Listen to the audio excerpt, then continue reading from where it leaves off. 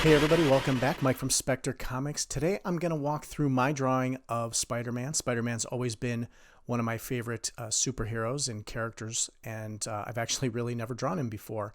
So today I'm going to be drawing actually the Mark Bagely Ultimate Spider-Man version of Spider-Man. And if you've seen my recent video on 5 comics that influenced my work, Ultimate Spider-Man is definitely on that list. Now I'm going to start out as I usually do, drawing a skeleton underlay on a sketch layer, and we'll draw our hard lines on top of that in a final layer with black lines.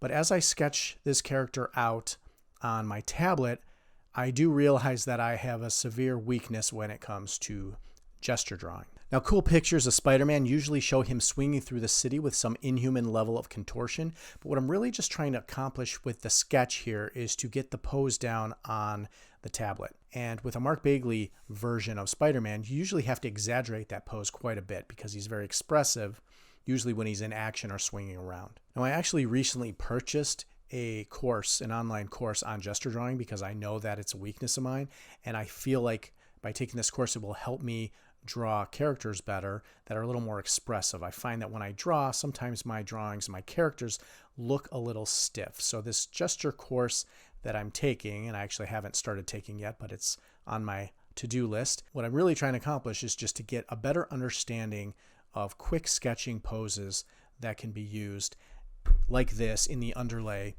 for the characters that I'm drawing. So because I haven't yet taken the course, I'm kind of stuck right now and limited by just copying or referencing other artists' work to see how they drew something. So that's what I'm actually doing here. I've got a Mark Bagely drawn Spider-Man that I'm referencing in this drawing, and what you will find is that this is actually a pretty good, the finished drawing here is actually a pretty good copy of the Mark Bagely drawing that I'm referencing. But the goal isn't for me to copy. The goal is to kind of give myself a little muscle memory on how to draw this character.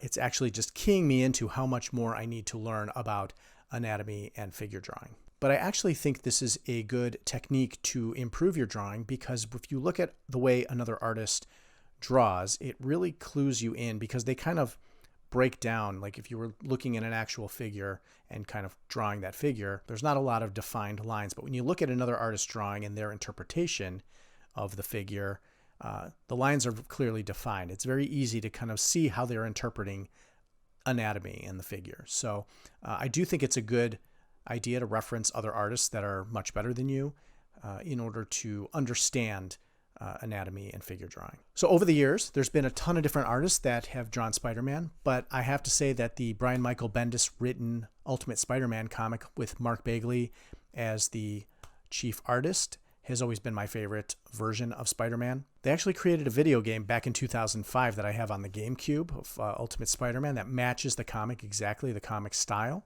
And I believe the story was actually written by Brian Michael Bendis for the game. I think I have it somewhere. I actually should pull it out. I'd like to give it a play. So a couple things to consider when drawing the Mark Bagely version of Spider-Man. He's usually drawn very lanky, tall, and thin. His hands and feet are a little oversized and exaggerated, especially when they're foreshortened or in the foreground based on whatever pose Spider-Man is in. His eyes are large in proportion to his head, unlike the recent Spider-Man in the movies, where they're pretty small in normal-sized eyes. And as I previously mentioned, he's usually drawn with an inhuman level of contortion when he's in action. And I think it's a very expressive way to show Spider-Man, because Spider-Man, in order to make him move and act spider-like, he's got to be able to bend beyond normal abilities. He's also drawn with a subtle level of musculature, and usually it's defined in the shade and shadow of his drawings.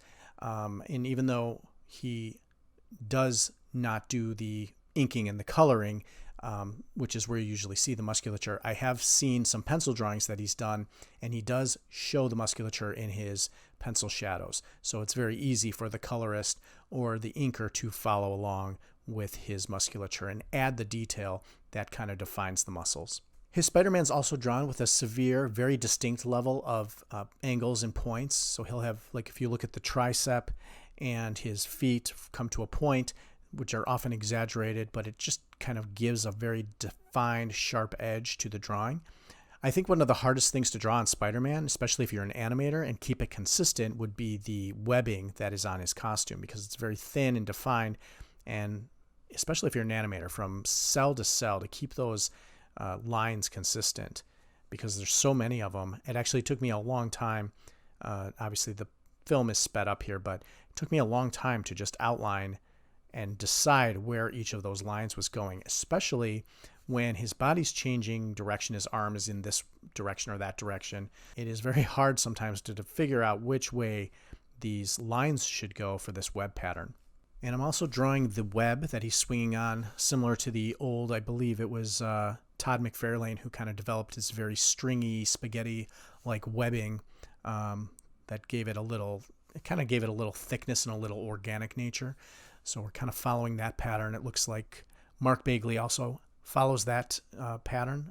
Like I said, I think Todd McFarlane kind of started that. And so for the coloring of this Spider-Man, I'm kind of going to avoid the shade and shadows as I normally do when I do drawing videos like this. I'm going to just keep the costume color simple, the red, the blue, in the appropriate places on the costume. Obviously, the detail is in the webbing on the costume. He's got the spider logo on his chest. His eyes are white. But it would actually be cool to kind of go back and add some shadows and highlights to this drawing. But for the sake of just getting the pose down, the character down, and coloring it in, I think it looks good with just the solid, non-shadowed highlights, red and blue costume. For the background, I'm going to opt to not draw the city that he's swinging through, and I'll just go with a subtle gradient with some highlighted area behind his body. Just too lazy right now to draw the whole city in the background. But so here's the final drawing. Go ahead and take a minute to soak it in. Go ahead and like the video, subscribe to my channel. In the comments section below, let me know who your favorite Spider-Man artist is, your favorite Spider-Man comic.